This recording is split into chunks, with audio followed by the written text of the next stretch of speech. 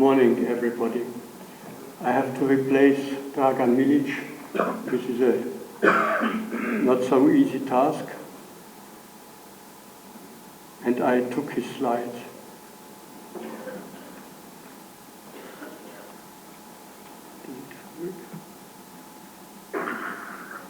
Maybe I can use the arrow. I use this one. So, Dragan starts to say that good compression is the foundation of care. And he presents a nice movie here showing intermittent compression by the combination of compression with movement of the ankle, walking for instance. The important points concerning compression therapy are interface pressure and stiffness. They have a deciding influence on the hemodynamic effects of compression in patients affected by venous insufficiency. And these are the 2 points he is concentrating in his treatment.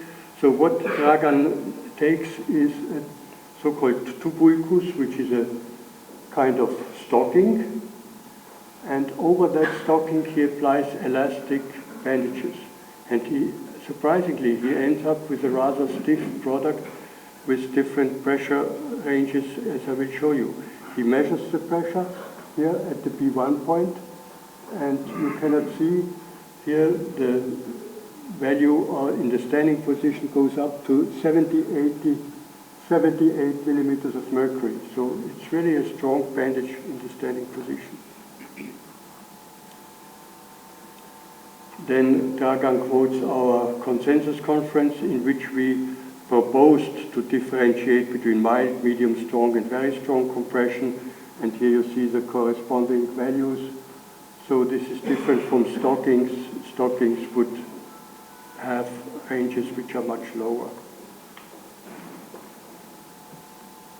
And here you see Dragan together with his friend Bo, and he says, he asks the questions, are all ulcers the same? And that's an interesting approach. He differentiates between such small ulcers,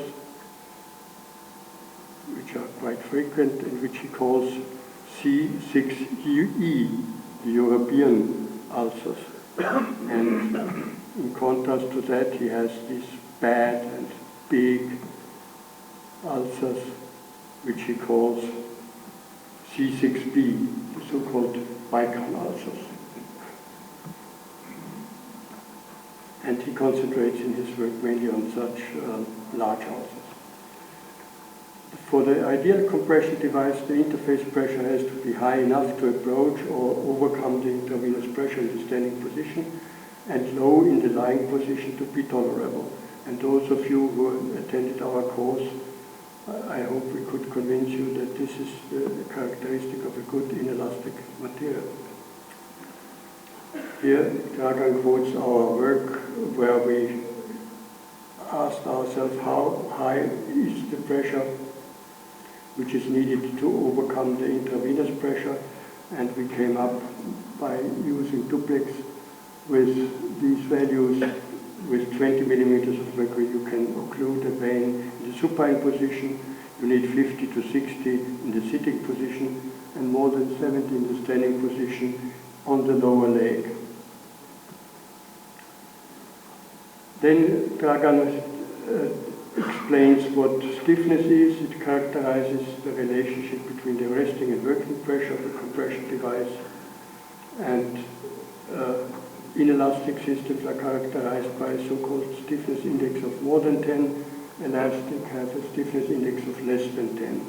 And just to explain what this stiffness index means, I introduced one of my own slides. Here you see an inelastic bandage starting with a pressure of 40, and when you stand up, the pressure goes from 40 to 60, so the static stiffness index here would be 20, the difference between standing and lying. And in comparison, you have here the compression stocking, the pressure 23, and standing up the pressure that rises to 26.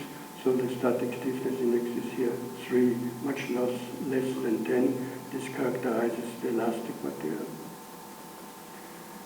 And then Dragan goes to his own results in a study which has been published in Journal of Vascular Surgery.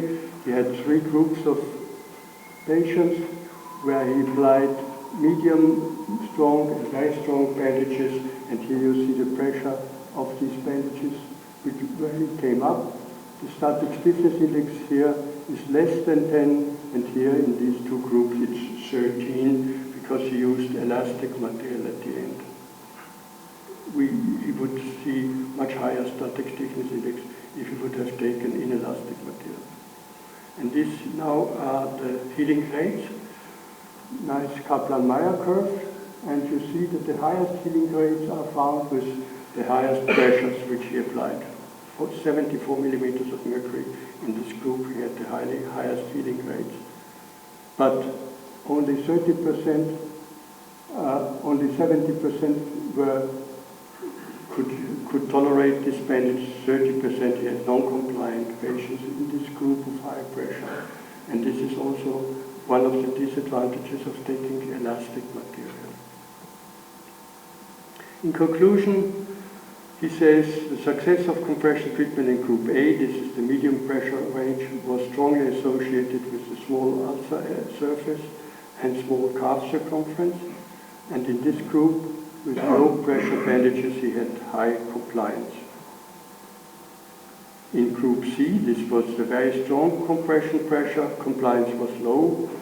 As I told you, 30% were non-compliant. The healing rate was high, especially in patients with large ulcers and large calf circumference. And in conclusion, then he states, compression system should be individually determined for each patient according to the calf circumference. The higher sub-bandage pressure is needed for the healing of extensive venous leg ulcers, especially in patients with larger calf circumference. And then he shows some of his dramatic examples which he were able to heal. Here he shows this beautiful slide, and I have introduced Dragan to those of you who don't know him here. And as far as I know Dragan, he would certainly have shown this last slide, which is an invitation to you to join the European Venous Forum meeting, which will take place in Belgrade next year in June. It's a tripartite meeting between European Venous Forum, the last one was in Florence, you know, then the Balkan Venous Forum and the Serbian College of Phlebology.